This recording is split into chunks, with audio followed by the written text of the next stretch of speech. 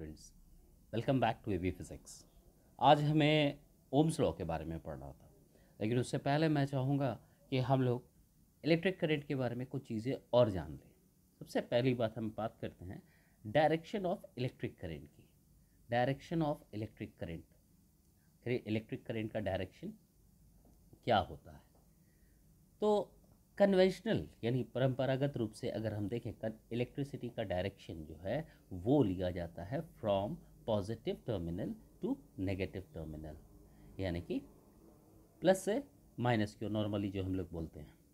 अब हम बात करते हैं कि इलेक्ट्रिक करंट फ्लो करता है पॉजिटिव टू नेगेटिव, ये बाय कन्वेंशन है, क्योंकि उस समय तक इलेक्ट्रिसिटी को सिर्फ एक फॉर्म ऑफ एनर्जी के रूप में, और एनर्जी हमेशा higher level to lower level flow करता है।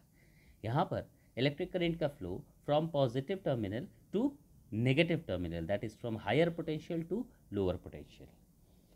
यहाँ पे ये चीज़ आप देख सकते हैं, it is from higher potential positive to lower potential, that is negative terminal. अब इलेक्ट्रिसिटी के डायरेक्शन की हम बात करें तो इसका एक और कॉन्सेप्ट होता है जिसे हम लोग इलेक्ट्रॉनिक कॉन्सेप्ट कहते हैं।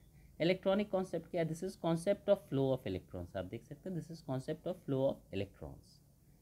इसके अकॉर्डिंग अगर हम चलें तो ये चीज़ समझ लीजिए कि जब भी इलेक्ट्रिक करंट फ्लो करता है, हम करते हैं it is flow of free charges, that is free electrons. तो इलेक्ट्रिक करंट का फ्लो यानी फ्री इलेक्ट्रॉन्स के फॉर्म में होगा, और इलेक्ट्रॉन्स पे कौन सा चार्ज होता है? Negative. Electrons are negatively charge, तो इसलिए ये मूव करेंगे from negative to positive terminal. तो आप देख सकते हैं इलेक्ट्रिक करंट का डायरेक्शन हम पॉजिटिव टू नेगेटिव लेते हैं, लेकिन उसके अंदर फ्री इलेक्ट्रॉन्स जो इलेक्ट्रिसिटी को बनाते हैं वो मूव करते हैं from negative to positive. Okay, अब हम बात करते हैं कि क्या और सारे इलेक्ट्रिक सर्किट्स में हम लोग ये दोनों डायरेक्शन यूज़ करते हैं? नहीं, सारे इलेक्ट्रिक सर्किट्स में हम लोग सिर्फ एक ही डायरेक्शन यूज़ करते हैं, that is from positive to negative, जो कि हमारा कन्वेंशनल डायरेक्शन है ये सारे इलेक्ट्रिक सर्किट्स में। अब एक बात ये आती है, अभी हमने देखा कि इलेक्ट्रिक करंट के पास डायरेक्शन है, मैग्नीट्यूड तो है ही, because it is a physical quantity and we can measure it, magnitude उसमें है ही। तो जब इसमें मैग्नीट्यूड है और डायरेक्शन है तो ये एक वेक्टर क्यों नहीं है? ये एक स्केलर क्वांटिटी क्यों कंसिडर की जाती है? इसके स्केलर क्वांटिटी कंसिडर करने के पीछे एक रीज़न है। वो रीज़न ये है कि ये वेक्टर लॉज ऑफ एडिशन को फॉलो नहीं करता है, यानी जनरली जो हम लोग ऐड कर देते हैं जनरल लॉज ऑफ एलजेब्रा, उससे ये फॉलो करता है इलेक्ट्रिक करंट, जबकि वेक्टर्स को ऐड करने के लिए उसका वेक्टर लॉ ऑफ एडिशन अलग होता है। अगर इसके बारे में जानना हो तो आप एबी फिज़िक्स चैनल के प्लेलिस्ट में क्लास 11th के लिए जो वीडियोस हैं उसमें आप देख सकते हैं, उसमें एक टॉपिक भी है लॉज ऑफ वेक्टर एडिशन। तो चलिए हम लोग बढ़ते हैं अब आगे की तरफ। नेक्स्ट टॉपिक हम लोग आते हैं जो कि हमारा मेन टॉपिक, यानी कि Ohm's law. Ohm's law, George Simon Ohm ने एक रिलेशन बनाया कि पोटेंशियल डिफरेंस और इलेक्ट्रिक करंट के बीच में एक रिलेशन होता है। उस रिलेशन को उन्होंने बताया दैट इज़ डायरेक्टली प्रोपोर्शनल, यानी डायरेक्ट प्रोपोर्शनैलिटी का ये रिलेशन होता है। इसको अगर मैथमेटिकली हम लिखें तो v directly proportional to i, इस ढंग से दिखाते हैं, v directly proportional to i। इसके लिए कुछ कंडीशंस जो हैं वो रिक्वायर्ड है, जिसके बारे में उन्होंने कहा ही था।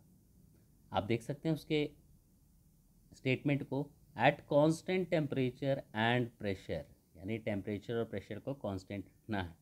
Potential difference applied across a circuit is directly proportional to electric current flowing through it. किसी भी सर्किट में जितना आपने पोटेंशियल डिफरेंस अप्लाई किया है, जो वोल्टेज हमने अप्लाई किया है और उसमें जो करंट फ्लो हो रहा है, उनके बीच का ये रिलेशन है। अब प्रोपोर्शनैलिटी की साइन को हटा के अगर इक्वल टू का साइन हम यूज़ करते हैं तो हमें एक प्रोपोर्शनैलिटी कांस्टेंट की ज़रूरत पड़ती है। ये प्रोपोर्शनैलिटी कांस्टेंट है यहाँ पे R, जो कि रेजिस्टेंस है किसका? दिए गए कंडक्टर का, गिवन कंडक्टर का। गिवन कंडक्टर की बात हम क्यों करते हैं? गिवन कंडक्टर की बात हम इसलिए करते हैं क्योंकि अलग अलग कंडक्टर्स के अलग अलग रेजिस्टेंसेस होते हैं। अगर उनका मटेरियल डिफरेंट है तो भी वो रेजिस्टेंस अलग होगा, अगर लेंथ अलग है, क्रॉस सेक्शन एरिया अलग है, इस वजह से यहाँ पर हमें इस गिवन कंडक्टर को ही लेकर के चलना है, उसका मटेरियल, उसका लेंथ, उसका क्रॉस सेक्शन एरिया, ये सब हम यहाँ कांस्टेंट लेकर के चलेंगे। ठीक है, आगे चल कर हम देखेंगे कि इसके साथ उसका रिलेशन भी क्या निकलता है। Now next thing, V equal to I R, हमें ये फॉर्मूला मिल गया ओम्स लॉ से। अब V by I equal to R, ये इसका नेक्स्ट डेरिवेटिव आ जाएगा, V by I equal to R, जो कि हमारा ओम्स लॉ के वेरिफिकेशन के लिए इस्तेमाल होता है। आर मैंने बताया कि आपको यहाँ कांस्टेंट है, यहाँ V बाय आई यहाँ पे यानी पोटेंशियल डिफरेंस और करंट का रेशियो हमेशा कांस्टेंट होगा।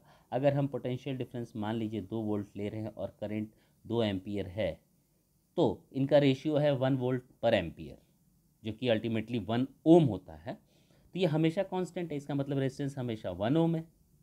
अब अगर हमने इसे चेंज कर दिया और हम लेते हैं 3 वोल्ट, तो करंट फ्लो होगा 3 एम्पियर, यानी 3:3 1 वोल्ट पर एम्पियर। और अगर इसको फॉलो कर रहा है तो वो ओम्स लॉ को फॉलो कर रहा है, यानी कि ये ओम्स लॉ को वेरीफाई करेगा। इसमें क्या क्या चीज़ें हमें यहाँ पे देख लीजिए, मैंने आपको पहले ही बताया था, यहाँ लिख भी दिया है, provided material of conductor its length and cross section area remains constant, क्योंकि अगर ऐसा नहीं रहेगा तो आर कांस्टेंट नहीं होगा। तो this relation is very useful for verification of Ohm's law.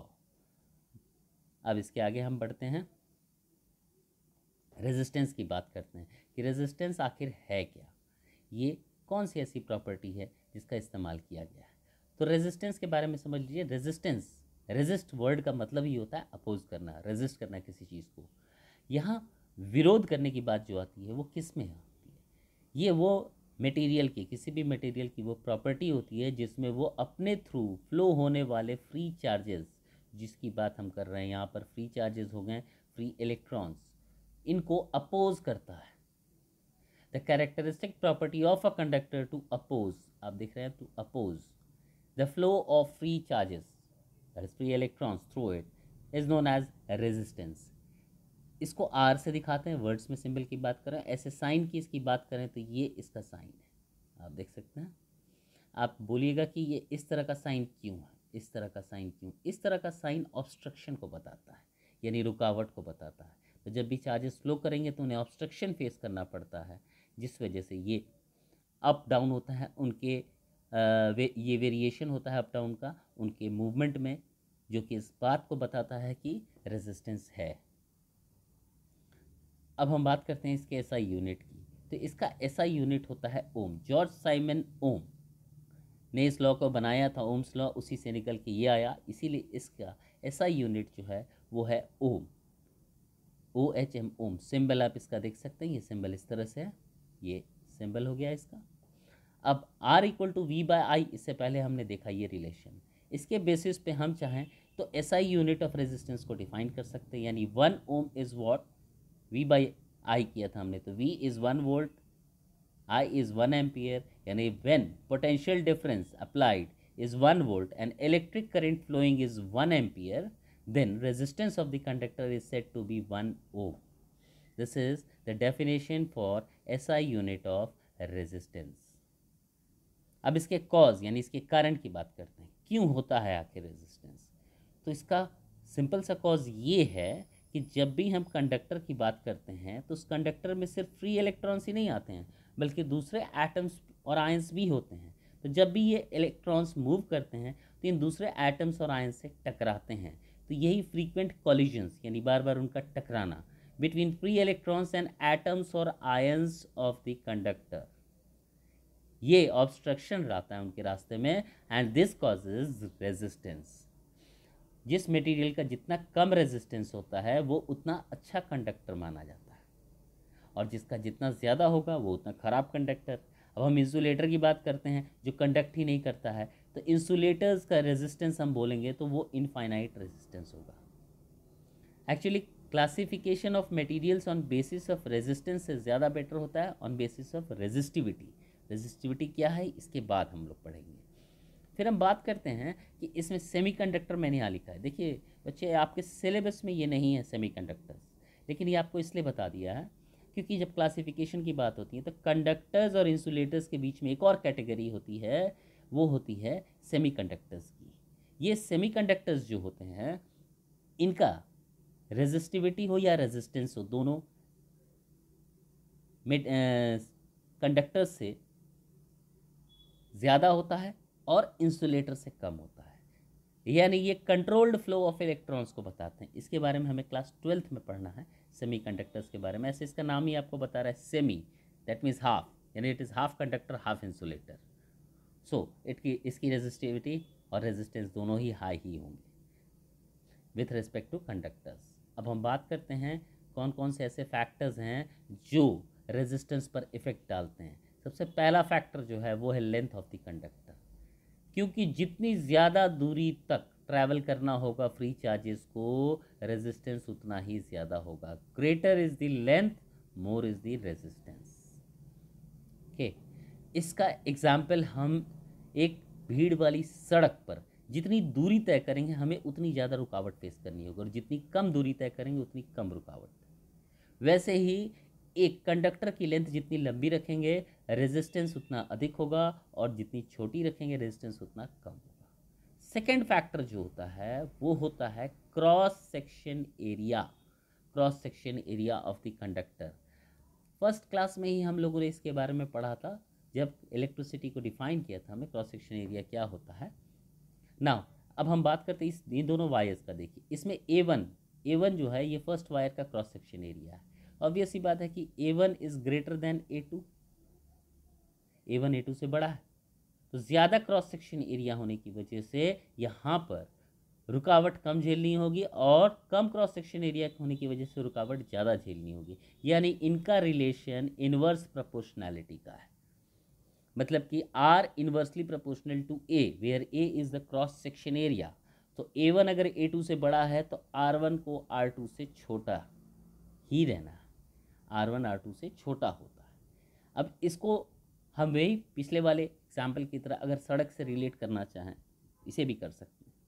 अगर सेम डेंसिटी की भीड़, सॉरी सेम अमाउंट की भीड़ आप कहिए उसे दो सड़कों पे, एक सड़क ऐसे इतनी पतली है और एक सड़क काफ़ी चौड़ी है, इन दोनों पे सेम भीड़ है, किससे गुजरने में आपको ज़्यादा परेशानी होगी? ऑब्वियसली इस पतले वाली सड़क से, क्योंकि यहाँ लोगों से आपके टकराने की संभावना ज़्यादा बनी रहेगी, जबकि इसमें कम होगी। तो ये चौड़ा सड़क होने की वजह से यहाँ पर हमें भीड़ का सामना कम करना पड़ेगा, यानी जो ये यहाँ के लिए भीड़ होगी यहाँ के लिए वो कम भीड़ होगी, हमारे लिए ऑब्स्ट्रक्शन यहाँ ज़्यादा होगा और यहाँ पर कम होगा। इसी तरीके से यहाँ पर जिसका क्रॉस सेक्शन एरिया छोटा है, जिसका क्रॉस सेक्शन एरिया छोटा है उसके केस में हमें रेजिस्टेंस कम फेस करना पड़ेगा, और जहाँ ज़्यादा फेस करना पड़ेगा, और जहाँ बड़ा है वहाँ कम करना पड़ेगा, यानी उल्टा रिलेशन है। चलिए अब इन दोनों को हम कंबाइन कर देते हैं, इन दोनों रिलेशंस को हमने कंबाइन कर दिया। इन दोनों रिलेशंस को हम कंबाइन करते हैं तो हमारे पास ये एक रिलेशन आता है, R proportional to L by A, यानी R directly proportional to L and inversely proportional to A। एक बात जान लीजिए, सिर्फ यही दो फैक्टर नहीं होते हैं जो रेजिस्टेंस पे प्रभाव डालते हैं, बल्कि टेम्परेचर और प्रेशर भी है, लेकिन स्टार्टिंग से हम उसे कांस्टेंट लेकर के चल रहे हैं। और एक और चीज़ है मटेरियल ऑफ कंडक्टर, जिसकी अब हम लोग बात करेंगे। R proportional to L by A, जब प्रोपोर्शनैलिटी का साइन आप हटा करके इक्वल टू का साइन लगाइएगा तो फिर आपको एक कांस्टेंट यूज़ करना पड़ेगा। यहाँ जो कांस्टेंट हम यूज़ करेंगे वो है रो।